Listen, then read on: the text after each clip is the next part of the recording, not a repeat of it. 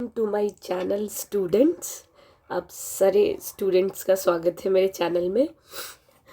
तो आज हम लोग चैप्टर सेकंड पढ़ेंगे।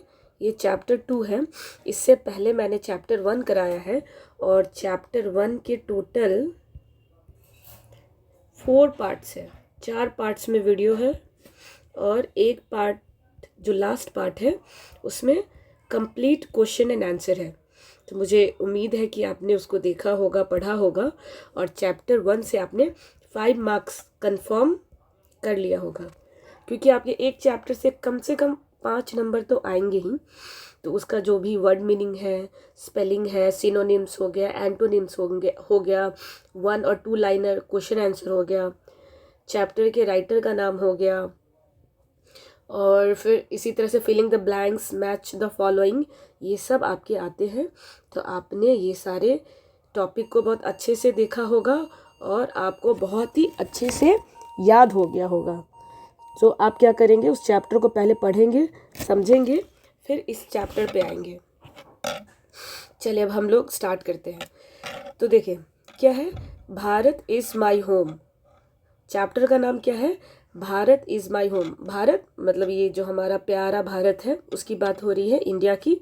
इज़ माई होम, यह क्या है, भारत मेरा घर है, इस चैप्टर का नाम है। और इस चैप्टर के जो राइटर हैं वो है जाकिर हुसैन। तो चैप्टर के राइटर का नाम पूछा जाता है तो याद कर लेंगे, भारत इज़ माई होम के चैप्टर के राइटर का नाम है जाकिर हुसैन। और पहला चैप्टर जो था आवर सिविलाइजेशन एंड कल्चर, उसके राइटर का नाम था महात्मा गांधी। अब इनके बारे में थोड़ा जान लेते हैं, जाकिर हुसैन जी के बारे में।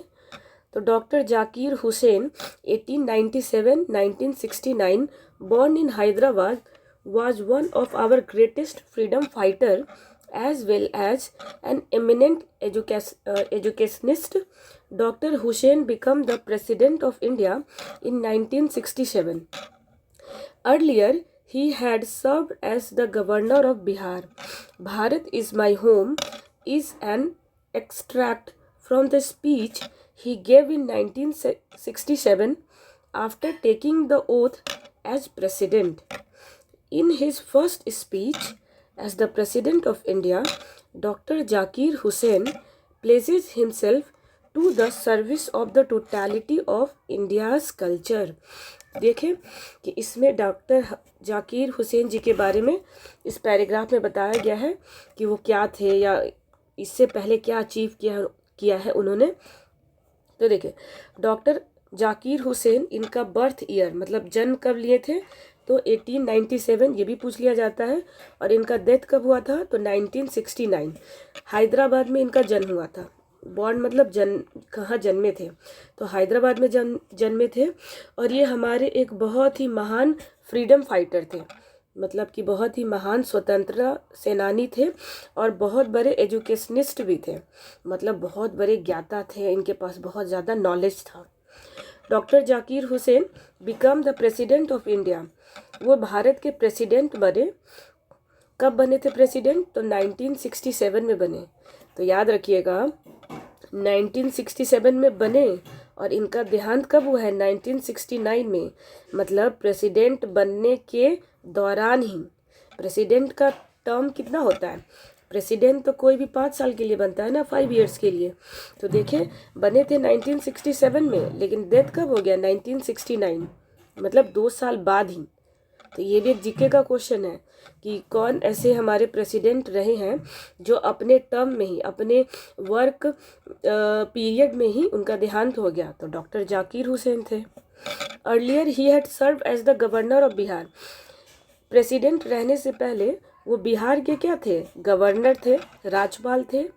भारत इज़ माई होम, ये जो चैप्टर है भारत इज़ माई होम, इसको लिया गया है, एक्सट्रैक्ट किया गया है कहाँ से, तो उन्होंने जो स्पीच दिया था 1967 को, जब वो ओथ ले रहे थे, किसका ओथ, मतलब जब वो प्रतिज्ञा ले रहे थे भारत के प्रेसिडेंट बनने का, तो उस टाइम जब उन्होंने स्पीच दिया था ना, तो उसी स्पीच में का ये पार्ट है, एक हिस्सा है भारत इज़ माई होम।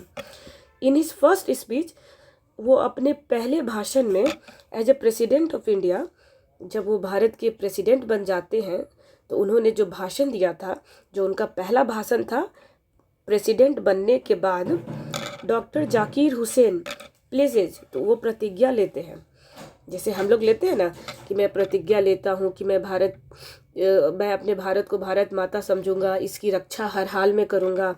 तो जब वो प्रेसिडेंट की प्रतिज्ञा लेते हैं तो वो अपने आप से कहते हैं कि मैं इस कंट्री के कल्चर के लिए, भारत की संस्कृति, यहाँ का जो भी परंपरा है, जो भी संस्कृति है, उसके लिए मैं अपना सर्विस, अपना योगदान पूरी तरह से दूंगा।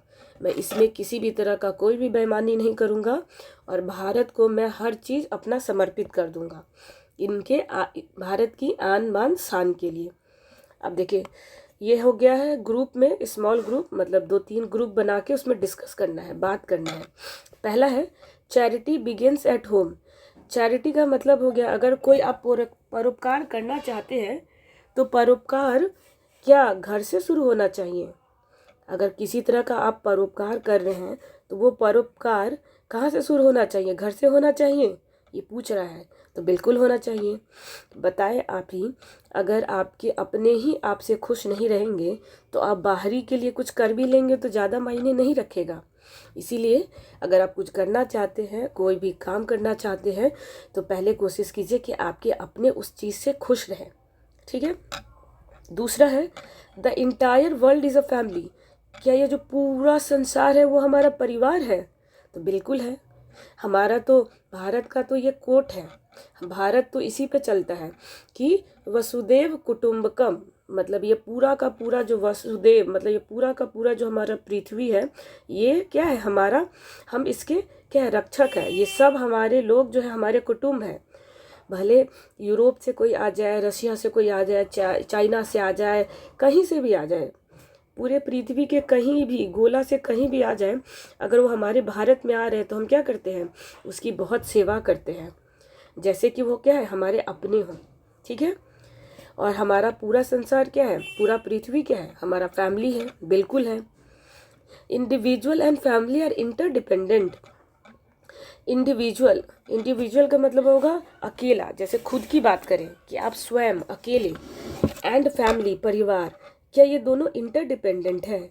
क्या आप अपनी बात करें सिर्फ और परिवार की बात करें तो क्या ये दोनों एक दूसरे पे निर्भर है? तो बिल्कुल है। बताइए कैसे नहीं है? क्या आपका अपना खुद का कोई अस्तित्व है? नहीं है।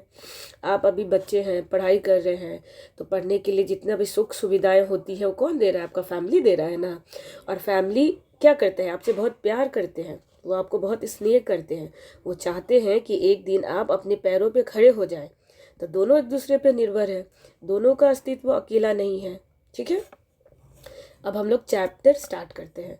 Bharat is my home. देखिए, I must confess that I am overwhelmed by the trust my people have placed in me by electing me to the highest office in the land. कह रहे हैं जाकिर हुसैन जी मैं बोलूँगी, ठीक है।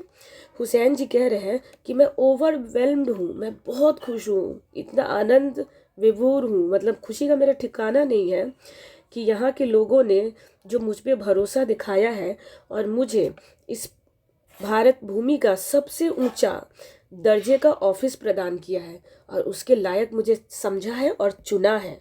ठीक है।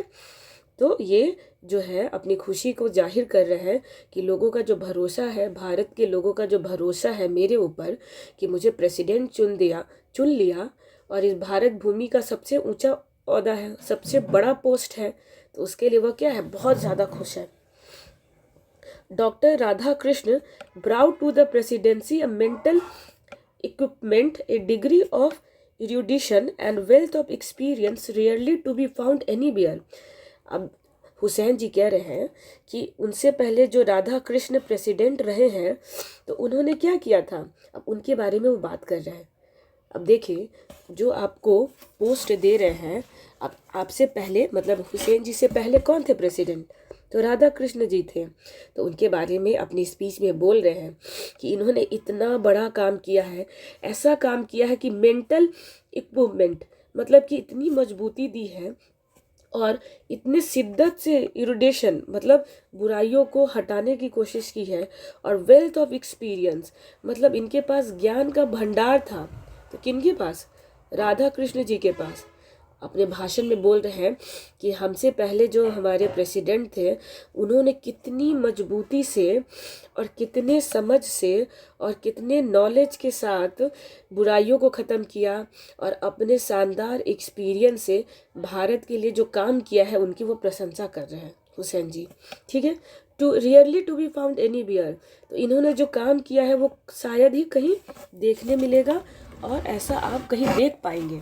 तो वो उनकी तारीफ कर रहे हैं, करना भी चाहिए क्योंकि महान प्रेसिडेंट रहे हैं राधा कृष्ण जी।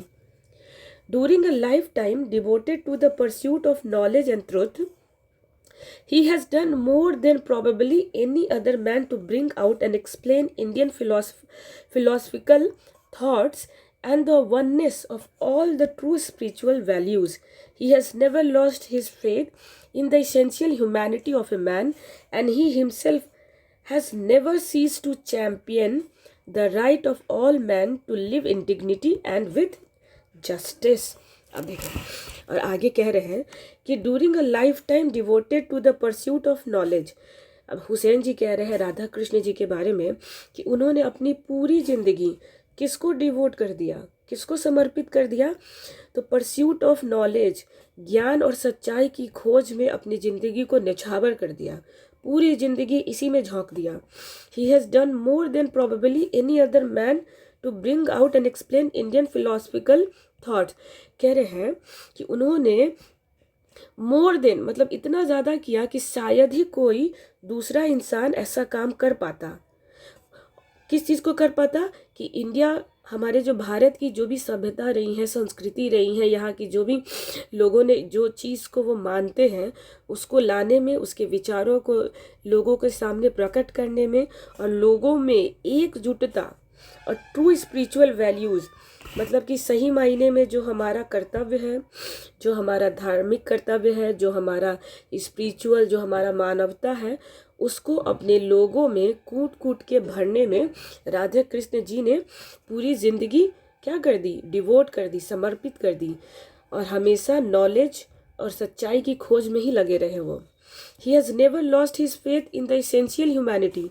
उन्होंने कभी नहीं खोया, लॉस्ट मतलब खोया, अपना भरोसा किस में? तो ह्यूमैनिटी में, कि इसेंशियल ह्यूमैनिटी मतलब जो भी ज़रूरत की चीज़ें जो एक इंसान में होनी चाहिए, मतलब कि जो भी इंसानियत, जो बेसिक इंसानियत है, जो किसी भी इंसान को करना चाहिए, उसमें अपना भरोसा उन्होंने कभी नहीं खोया।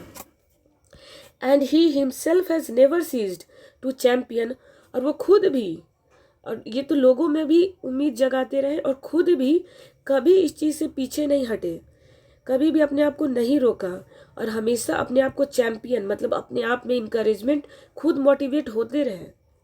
ऐसा नहीं है कि लोगों को बोल रहे हैं कि मानवता का धर्म निभाओ, इंसानियत का धर्म निभाओ, वो खुद भी इस चीज़ को प्रैक्टिस करते हैं, खुद भी इस चीज़ को डेली मानते हैं, और उस चीज़ को वो निभाते भी हैं।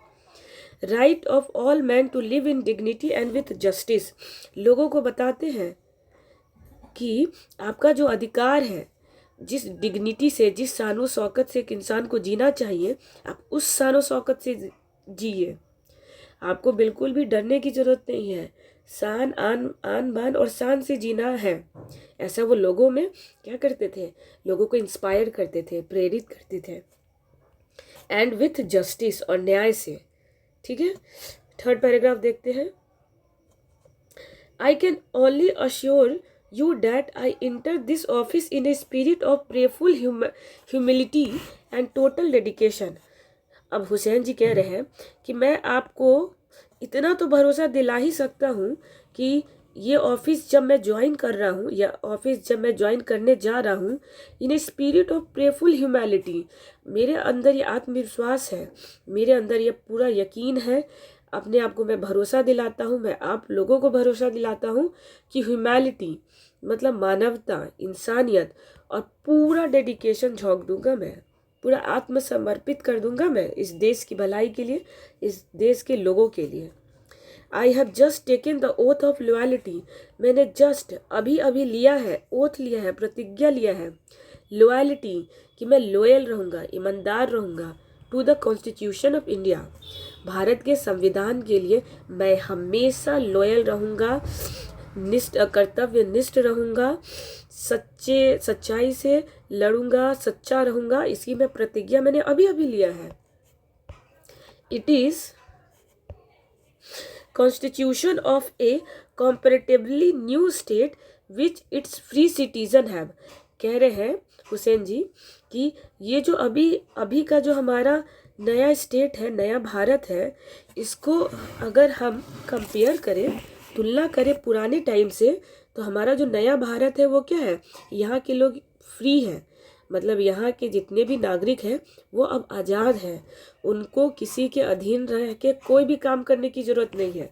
हमारा देश कब आज़ाद हुआ था? 1947 को हुआ था, और ये 1967 की बात कर रहे हैं, तो बहुत ज़्यादा टाइम तो नहीं न बीता है। तो इसलिए वो कह रहे हैं कि अब जो हमारा भारत है, नया देश है, नया राज्य है, वो वहाँ के लोग सब फ्री हैं, आज़ाद हैं। For the first time in history, इतिहास में पहली बार गिवन टू देमसेल्फ, मतलब लोगों ने अपने आप को ऐसा आज़ाद महसूस किया है, लोग यहाँ के अब फ्री हैं, उनको किसी चीज़ से डरने का ज़रूरत नहीं है, किसी के अधीन रहने का ज़रूरत नहीं है। ऐसा उमंग, ऐसा जोश हमारे नए राज्य में फ्री सिटीजन, मतलब कि हमारे आज़ाद नागरिकों के बीच है, और ये इतिहास में क्या हो रहा है, पहली बार हो रहा है। ठीक है, it is the young state of an ancient people who, ये नया राज्य है, किसका नया राज्य है? ऑफ एन एंशियंट पीपुल, हमारे जो एंसेस्टर रहे हैं, हमारे जो पूर्वज रहे हैं, उस पूर्वज का कह सकते हैं ये नया राज्य, यंग युवा राज्य बना है। हम मतलब देश आज़ाद हुआ है, तो आज़ादी के बाद तो काफ़ी लंबा टाइम तो नहीं न बीता है, 10-20 साल ही बीता है, मतलब नया ही है। हर चीज़ हम शुरू से कोशिश कर रहे हैं फिर से उबरने की, हमारा उम्मीद अभी फिर से नया रंग ले रहा है, हमारा देश फिर से तरक्की की ओर बढ़ रहा है। ठीक है, who through long millennia and through cooperation of diverse ethnic elements have striven to realise timeless absolute values in their own peculiar way. वही कह रहे हैं कि ये जो नया राज्य है, जो हमारे पुराने लोगों से आया है, जो हमारे एंशियंट लोग थे, तो उस लोगों से आज जो हमारा राज्य है, एक ये युवा राज्य है, और ये किससे आया है? सबके कॉपरेशन से, सबके लोगों के साथ से, और हमारा जो इतना डाइवर्स एथनिक एलिमेंट है, अब भारत इतना विशाल है, भारत में रहने वाले लोग, उनके खाने पीने का ढंग, रिलीजन, कल्चर सब बहुत अलग है, कपड़े पहनने का ढंग, बोलने का ढंग, तो इतना डाइवर्स एथनिक एलिमेंट, और ये सब चीज़ जब एक साथ आए हैं, सब एक साथ कॉपरेट किए हैं, मिले हैं, तभी जाके ये हम क्या कर पा रहे हैं, इस आज़ादी को महसूस कर पा रहे हैं, इसको इंजॉय कर पा रहे हैं।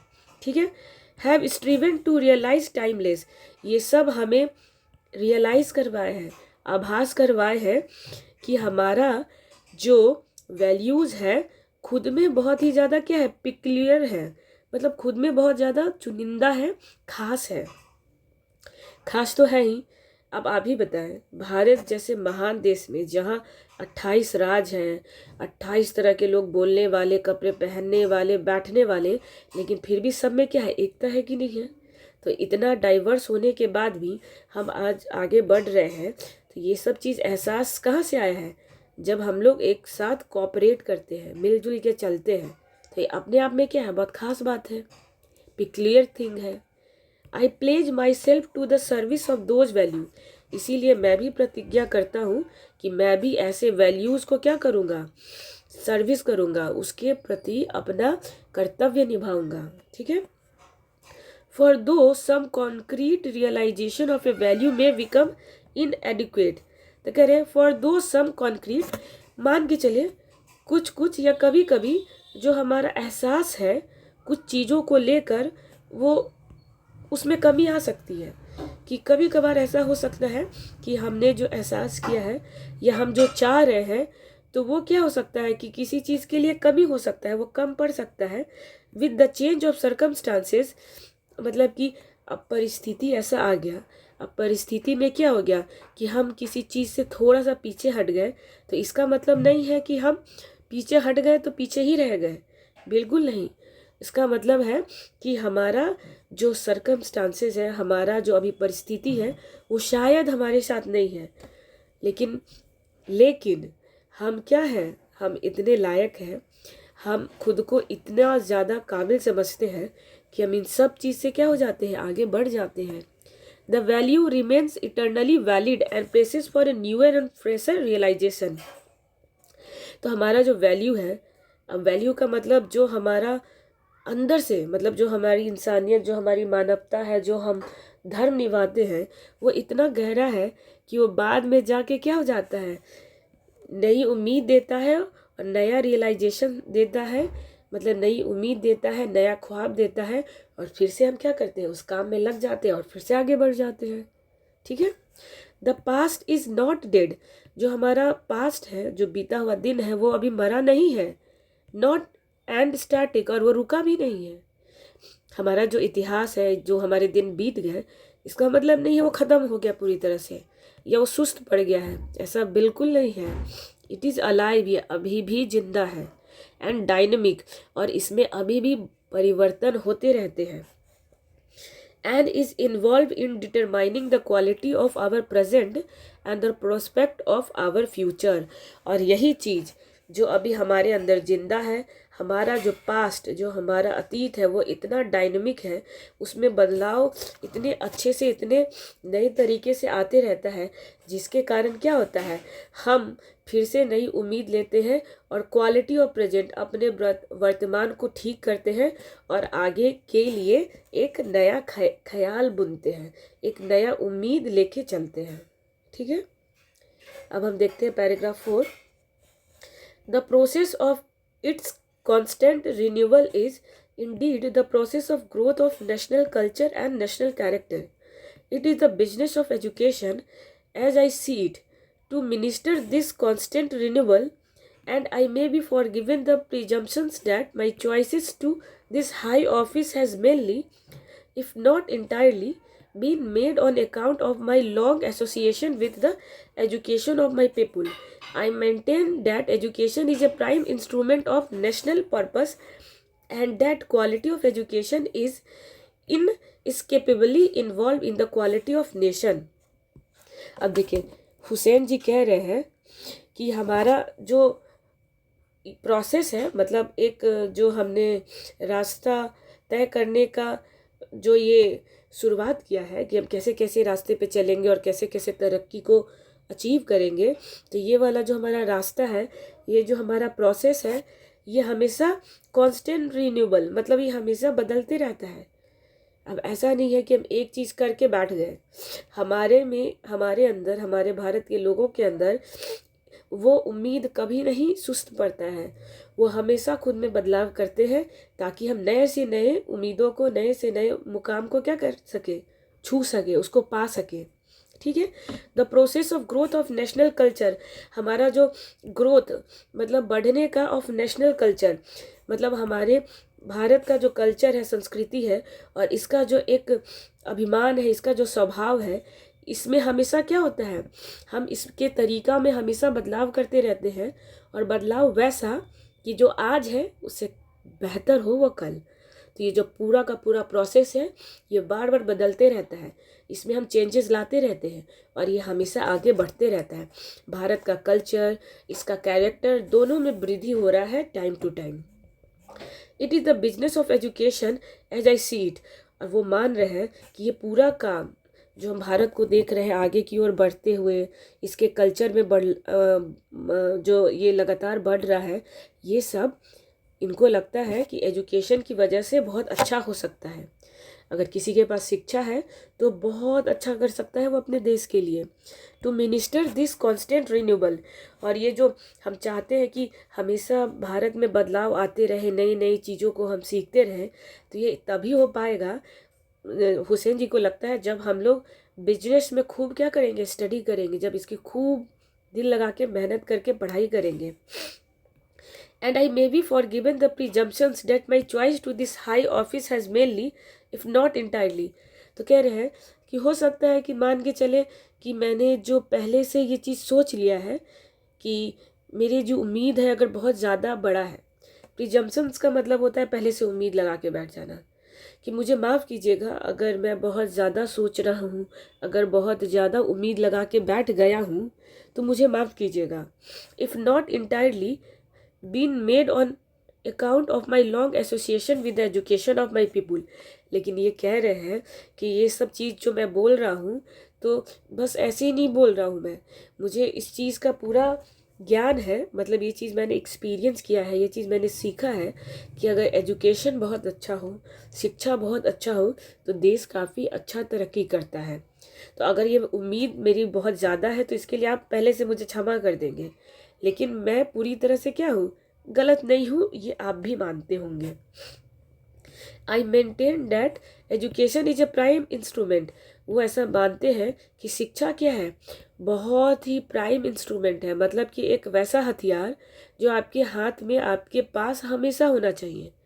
प्राइम का मतलब होता है कि जो बहुत ज़्यादा इम्पॉर्टेंट हो. तो ये मानते थे कि शिक्षा वैसा इंस्ट्रूमेंट है, वैसा औजार है जो बहुत ज़्यादा ज़रूरी है. ऑफ नेशनल पर्पस, किस चीज़ के लिए, हमारे नेशनल, हमें राष्ट्र के पर्पस के लिए. अगर आप या हम राष्ट्र को आगे बढ़ाना चाहते हैं तो शिक्षा को एक वैसा हथियार मान लीजिए जो आपसे कभी अलग नहीं होना चाहिए. And that quality of education is inescapably involved in the quality of nation. तो ये अब ये बताएं कि शिक्षा का क्वालिटी अगर बहुत अच्छा होगा, शिक्षा का गुणवत्ता बहुत अच्छा होगा, तो इसका मतलब है कि नेशन का क्वालिटी भी बहुत अच्छा होगा. तो ये दोनों अपने से अलग कभी नहीं कर सकते. अगर आपका शिक्षा का क्वालिटी में क्या होगा, कमी होगा, इसके गुणवत्ता में कमी होगा, तो आप इसको भी कभी अलग नहीं कर सकते कि आपके राष्ट्र में भी क्या होगा, राष्ट्र के नींव में भी कमी आएगा. ठीक है, तो ये दोनों एक जैसा ही चीज़ है.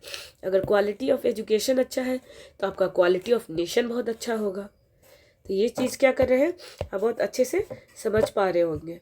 ठीक है, पैराग्राफ 5 देख लेते हैं. I therefore pledge myself to the loyalty of our past culture. इसीलिए मैं ऐसा प्रतिज्ञा खुद से करता हूँ कि मैं लॉयल रहूँगा मेरे जो पास्ट है, मेरा जो पूर्वज है उसके लिए. मतलब मेरा जो पुराना पूर्वज रहा है या मेरा जो पुराना इतिहास रहा है उसके लिए मैं खुद को बहुत लॉयल रखूँगा और इसके लिए मैं प्रतिज्ञा लेता हूँ. ठीक है, from my past culture, from wheresoever it may have come,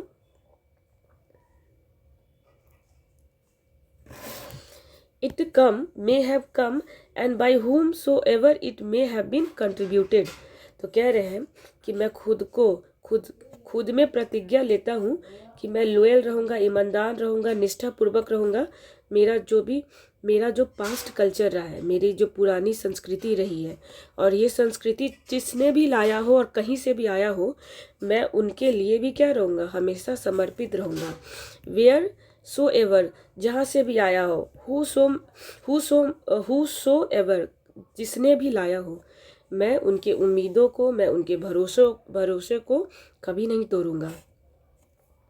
I pledge myself to the service of the totality of my country culture. मैं प्रतिज्ञा लेता हूँ, मैं खुद में प्रतिज्ञा लेता हूँ कि मैं totality of my country culture, मैं अपने देश के कल्चर में, यहाँ की संस्कृति के लिए अपना पूरी तरह से सर्विस दूंगा. मतलब अपना 100% दूंगा. टोटलिटी मतलब पूरा का पूरा, 1% भी कमी नहीं. तो मैं प्रतिज्ञा लेता हूँ कि मैं अपने भारत के, अपने कंट्री, इस देश के कल्चर, संस्कृति के लिए पूरी निष्ठा से 100% सर्विस दूंगा, योगदान दूंगा.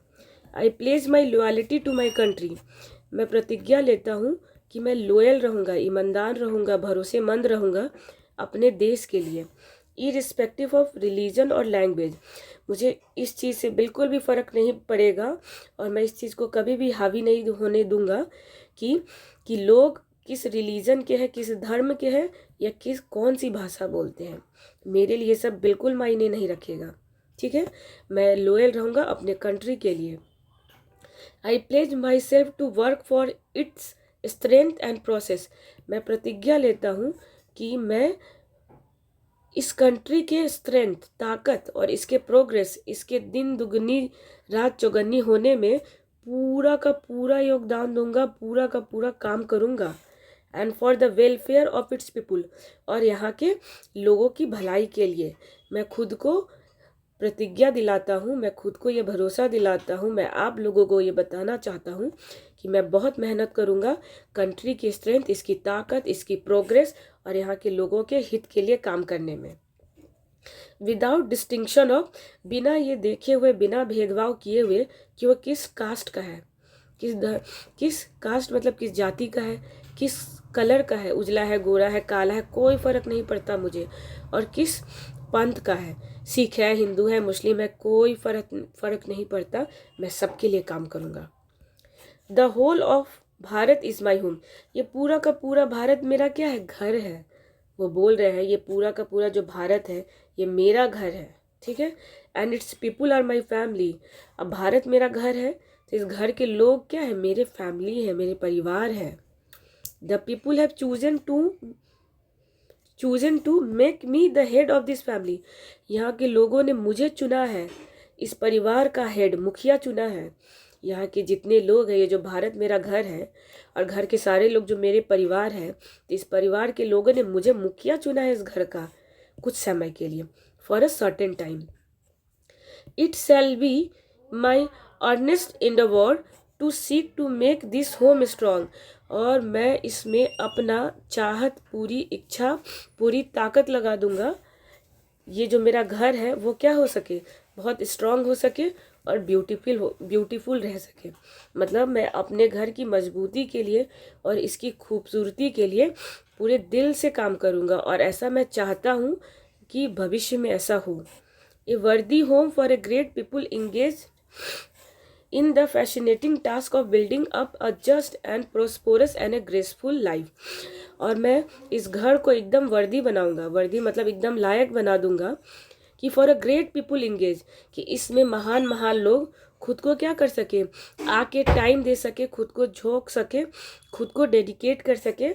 इन द फैसिनेटिंग टास्क ऑफ, किस चीज़ के लिए झोंक सके, कि जो फैसिनेटिंग, जो इतना शानदार टास्क है, इतना मज़ेदार जो काम है, काम कौन सा, कि building up just and prosperous and a graceful life, कि एक बहुत ही प्रॉस्परस मतलब कि खुशियों से भरा हुआ, एक उम्मीदों से भरा हुआ, एक खुशियों से भरा हुआ लाइफ।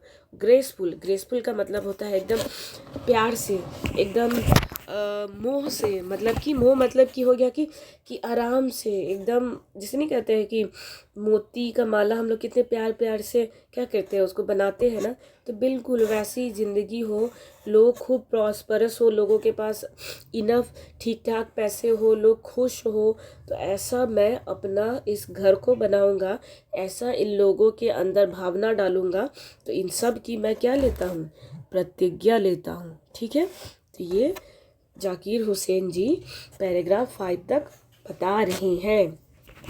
अब हम क्या करते हैं, थोड़ा वर्ड मीनिंग लिख लेते हैं। ठीक है, तो देखते हैं। अब देखें, जैसे कि क्या बताऊं, इमिनेंट। ठीक है, यहाँ है इमिनेंट, देखिए ये इमिनेंट है। इमिनेंट इसका मतलब होता है कि बहुत ही जानकार, बहुत बड़े जानकार, बहुत जानकार, मतलब जिसको बहुत प्रसिद्धि मिली हो, प्रसिद्ध। ठीक है, उसके बाद क्या बता दूं मैं, अर्लियर सब governor Bharat is my extract मतलब निकालना, निकालना, कहीं से निकालना, छांटना। ठीक है,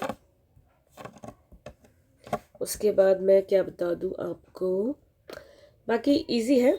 तीसरा प्लेज, यहाँ पे है प्लेज, बहुत बार यूज हुआ है, तो इसको तो आप बहुत अच्छे से पढ़ लेंगे। प्लेज, प्रतिज्ञा लेना, प्रतिज्ञा लेना, ठीक है।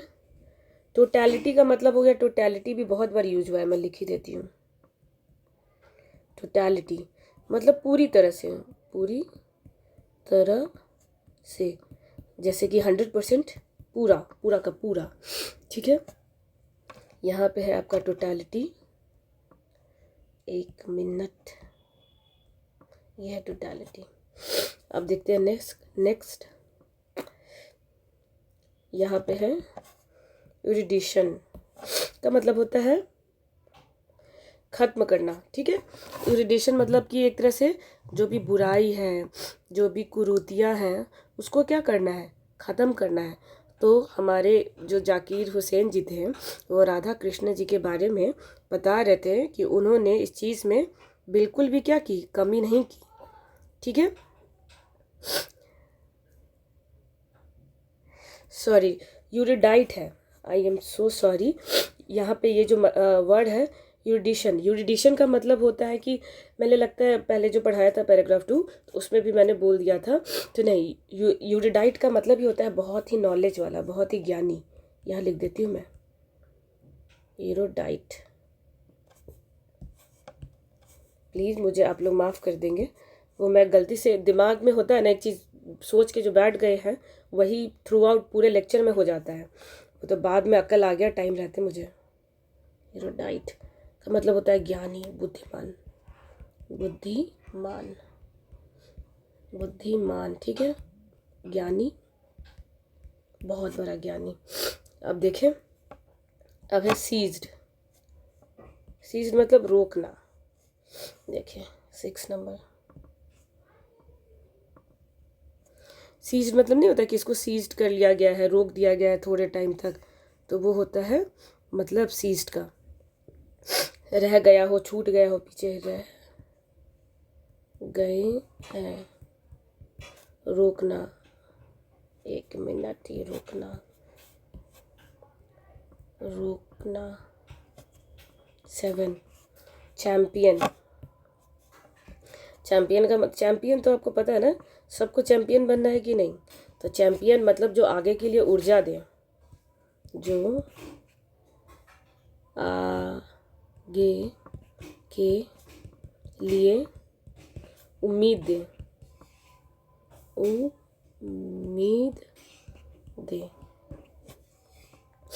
ह्यूमिलिटी, ह्यूमैनिटी से आया है, तो मैं लिख देती हूँ ह्यूमैनिटी, इंसानियत, इंसानियत। हिंदी आप लोग मेरा बिल्कुल ध्यान नहीं देंगे, मैं बोल भी नहीं हूँ तो उसको आप समझ लेंगे। ओथ, ओथ प्रतिज्ञा लेना, प्रतिज्ञा, 1 मिनट,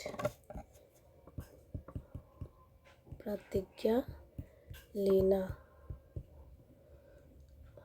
लॉयलिटी, लोयल कहते ना कि अरे तुमको तो लोयल रहना चाहिए था, तुमने तो धोखा दे दिया मुझे, वफादार रहना चाहिए था, ठीक है।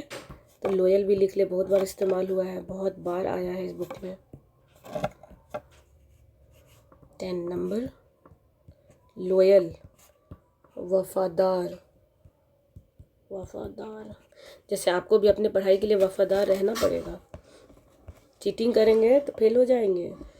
एग्ज़ाम में फेल होने की बात नहीं कर रही, ज़िंदगी में फेल हो जाएंगे आप, एग्ज़ाम तो कोई मायने नहीं रखता है, ठीक है। एथनिक, एथनिक नहीं कहते एथनिक ड्रेस पहनो, दिवाली में एथनिक ड्रेस पहनते हैं, मतलब जो आपकी संस्कृति को बताएं, ठीक है, मतलब जिस तरीके से है, जो आपका कल्चर है उसको बताएं। तो एथनिक 10 नंबर के बाद 11, एथनिक, जातीय, मतलब आप जिस धर्म के हैं, जिस कास्ट के हैं, उस तरह का पहनावा, उस तरह का वेशभूषा, ठीक है। प्लेज, प्लेज मतलब होता है प्रतिज्ञा। मॉर्निंग असेंबली में होता है ना, आज प्लेज लेना है, तो क्या कहते हैं, हम भारत के लोग भारत को एक, प्रतिज्ञा लेना, ये लेते हैं कि नहीं लेते हैं। आपके स्कूल में भी होता होगा, मेरे स्कूल में तो होता है, मैं तो करवाती हूँ कभी कभार, मतलब ज़्यादा टाइम करवाती हूँ, कभी कभार ही नहीं हो पाता है, तो होना चाहिए। प्लेज, प्रतिज्ञा, प्रतिज्ञा।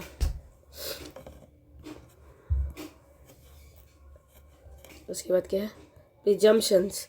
प्रिजम्पशन का मतलब होता है पहले से अज्यूम करके बैठ लेना, अनुमान लगा के बैठ जाना, ठीक है। तो प्रिजम्पशन यहाँ लिख देती हूँ मैं 13 नंबर। प्रिजम्पशंस स्पेलिंग भी याद कर लेंगे आप लोग। अनुमान लगाना, लगाना। उसके बाद पैराग्राफ 4 तक नहीं, 5 तक पढ़ाया था मैंने। एंडेवर। एंडेवर मतलब होता है भविष्य के लिए क्या देना, आपको बधाइयाँ देना, आपको विशेष देना। नहीं कहते हैं कि आपके फ्यूचर में आपके साथ बहुत अच्छा हो, ऐसा मैं क्या करता हूँ, ऐसा मैं उम्मीद कर रहा हूँ, ठीक है। और ऐसा आप जो मेहनत कर रहे हैं तो आप आगे इसी तरह से मेहनत करते रहें, ऐसा मैं चाह रहा हूँ। तो मैं लिख देती हूँ एंडेवर। आपका जो प्रयास है, आपका जो प्रयास है उसके लिए शुभकामना देना, शुभकामना देना। ओके। अब नहीं, नेक्स्ट पैराग्राफ तो नहीं कराया था मैंने, 5 तक ही कराया था। अगर और इसके अलावा भी कुछ लग रहा है तो मैं देख के बता देती हूँ। प्लेज तो मैंने करा दिया ना, प्लेज बहुत जगह यूज हुआ है। प्लेज मतलब प्रतिज्ञा। डिस्टिंक्शंस का मतलब होता है भेदभाव करना, मतलब उसमें फ़र्क नहीं देखना। नहीं कहते हैं कि अगर कोई एक दूसरे से भेदभाव कर रहा है तो इसका मतलब वो उसके जाति, वो उसके क्रीड, वो उसके रंग रूप से क्या कर रहा है, भेद कर रहा है, मतलब उसको डिफरेंट अलग तरीके से देख रहा है, जो कि बहुत ही बुरी बात है, एकदम नहीं होना चाहिए। तो भेदभाव, ठीक है, ऐसा नहीं होना चाहिए।